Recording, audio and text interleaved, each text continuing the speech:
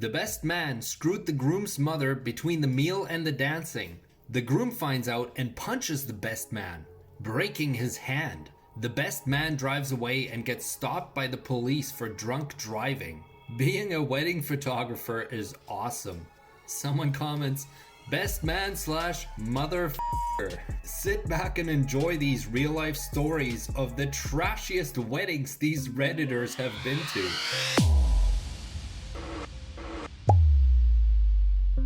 Welcome back to AskReddit Mondays on Redditainment. Today's post is titled, What's the trashiest wedding you've been to? I hope this post doesn't disappoint. Let's jump right into it. First comment says, surely that video of the bride walking down the backyard aisle while dirty dancing to her own recorded cover of Crazy Bitch has got to be up around here somewhere. And of course, somebody in the Reddit community comes through with a link. And this is what this comment is referring to. I will try not to get copyrighted for the music in this video, so I will leave a link in the description down below. But you kind of get the idea. It's funny how this one guy tries to shield his son from what is going on here. But be sure to check out the full video. Next comment says, a wedding on the beach behind Hooters. The officiant stood next to a trash bin. As if it was planned, the trash collector pulled up during the vows. Did he wait to change the bag? Absolutely not. Children at the wedding swarmed the couple like the flies around the trash can just after the kiss, stepping all over her dress. She bent over to adjust her sandal, and a pack of Marlboro Reds fell out of the bust along with her right breast. It felt like we were rubbernecking instead of witnessing a marriage.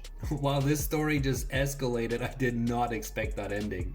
Someone follows up, okay, I'm laughing out loud at the escaped boob. Let's see if somebody can top this. I was actually the bartender, but it was a hoot. First wedding was outside and it stormed violently. Groom was hammered pre-wedding, hit on all the bartenders. Then the DJ got hammered, made lewd comments to women in the microphone. Then basically everyone was hammered, knocked over the wedding cake, which also happened to be at a table with many candles. So the place caught on fire. Good times. Often wonder how that marriage worked out. I gotta say, those stories are definitely much more memorable than some boring classic wedding. Here's another one. The bride made a speech thanking her in-laws for financial assistance for the event. Her mother was not thanked and she was furious. There was a long head table for bridal party and parents. It was made out of small tables pushed together, covered by one long tablecloth. The mother pulled a small table out of the arrangement, catching the tablecloth and nearly destroying the head table setup. Now the bride got angry and there was much back and forth with various family members attempting to make peace. The mother refused to push back her table and began to invite others to sit with her, all people who were not meant to be seated at the front. Mother of bride continued to sit there and talk shit about her daughter, the bride, to anyone who would listen. Someone follows up, I wonder why she didn't thank her. Wow, that just sounds like an absolute clusterfuck. Another comment by Hopeless Emu says, wedding was in a suburban driveway. The maid of honor stole the bouquet from someone's garden and the best man proudly announced he had shoplifted the rings. The groom wore a button-down shirt that said, F off, in fancy lettering. The bride stopped in the middle of the vows to tell her mother to get that kid out of here. It was her second kid by the previous bloke. When it was over, we apologized to the celebrant. He said he'd seen worse. Wow, what a wild ride. And poor kid. Someone follows up, you could have told me this was a scene from the show Trailer Park Boys and I would have believed you 100%. No kidding. This seems like something that would only happen in movies, but yet here we are. Another Redditor says, probably my dad's second marriage. Along the banks of a river with trailer homes in the background. He's wearing a tuxedo t-shirt and rainbow mirror sunglasses. The ceremony took place at noon. He'd been drinking since 5 a.m. I had to walk one of the bridesmaids down a flight of steps as she was legally blind, and someone asked me if I was going to bang her. Sigh. Responding to the setting and the outfit of the groom, somebody responds, absolute f***ing legend. Please tell me he had a mullet and horseshoe mustache. I truly wish some of these were made up, but hey, it's Reddit. I guess we'll never know. Here's another one. There were no tables and chairs, like none. They had an open bar, but no chairs. Everyone had to put their drink on the ground and hold their plate to eat. It was crazy. Everyone just assumed that some sort of terrible thing happened where the table and chair people didn't bring them. But afterwards, I asked her, the bride, what happened, and she just said, "Oh, we would have had to pay extra for that." Oh my goodness. These stories are too crazy to make up. Whoa, here's a weird one. I went to a wedding in a funeral home once. Drove by it 3 times before realizing that it was in fact the correct address for the venue. Reception and ceremony were there. Completely dry wedding too. Honestly, I don't even know what to think about that. Was this intentional? Are these people into that sort of thing? Was that just the only venue available? But even so, anything would be better than that. But wait, here's more. Somebody comments, "I've been to a funeral home wedding too. The bride worked there, so got it for super cheap. It was nowhere near a dry venue though. Lots of booze." That's just wrong on so many levels. Am I the only one? Do you guys agree? This is just crazy. I can't imagine having a wedding in a funeral home. Here's another one. I don't even know where to begin. Ceremony was comprised of immediate family, then followed by a reception with all guests in a relatively nice hotel banquet hall. An hour in at 7 p.m., the open bar was completely closed down because multiple guests were throwing up in the bathroom sinks, causing flooding. The groom was so wasted even before the ceremony, but was blackout by the time of reception. During the first dance, he kept his hands in his cargo pant khakis the entire time and ate dinner sitting on the floor in a corner of the hall, while the bride sat at the head table alone.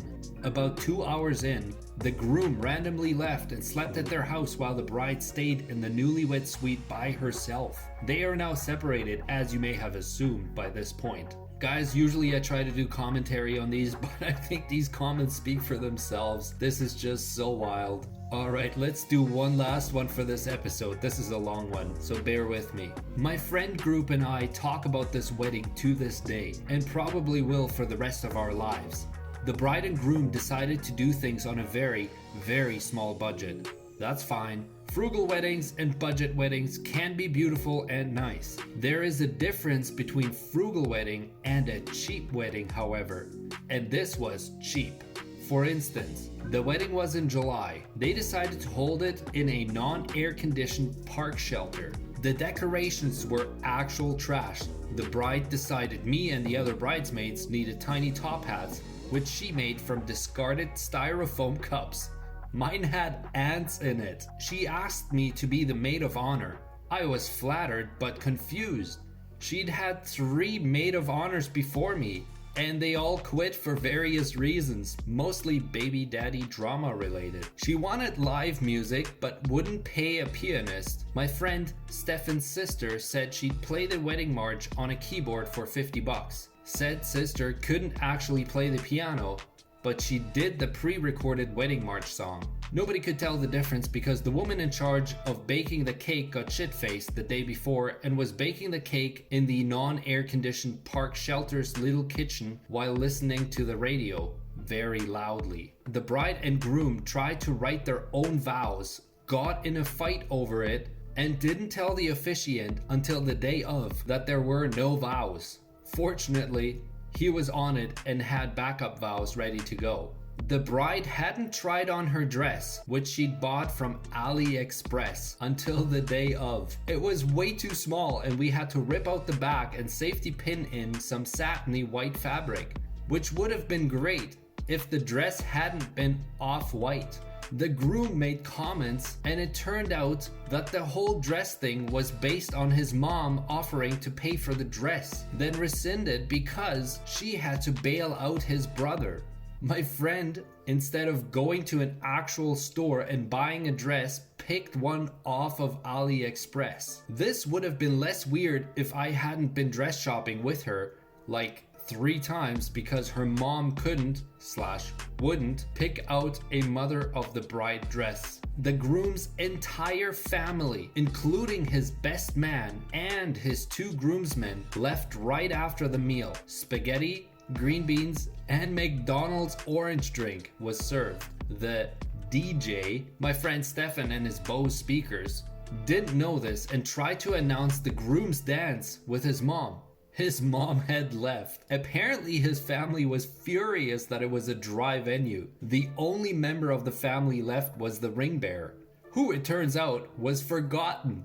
We had to take him home because his family wouldn't come get him. The groom slept through the rehearsal and showed up to the wedding drunk. We had to put another friend on bouncer duty because 2 of the bride's aunts tried to walk away with a cash envelope.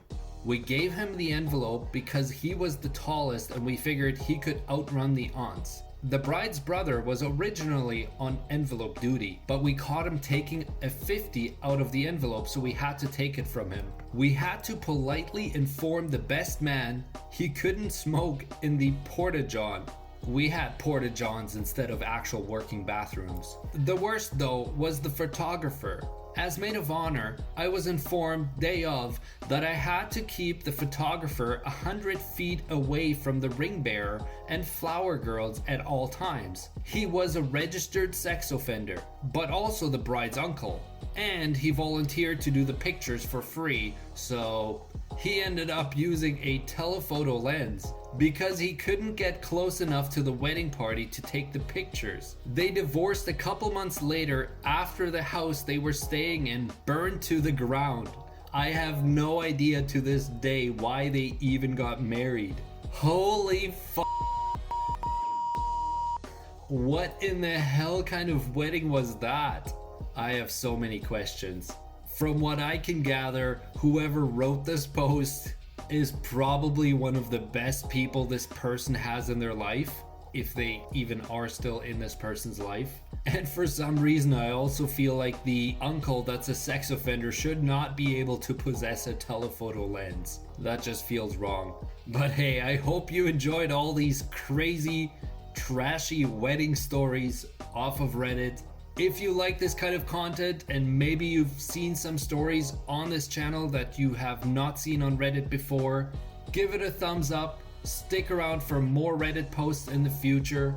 But as always, thanks for watching and I'll see you in the next episode.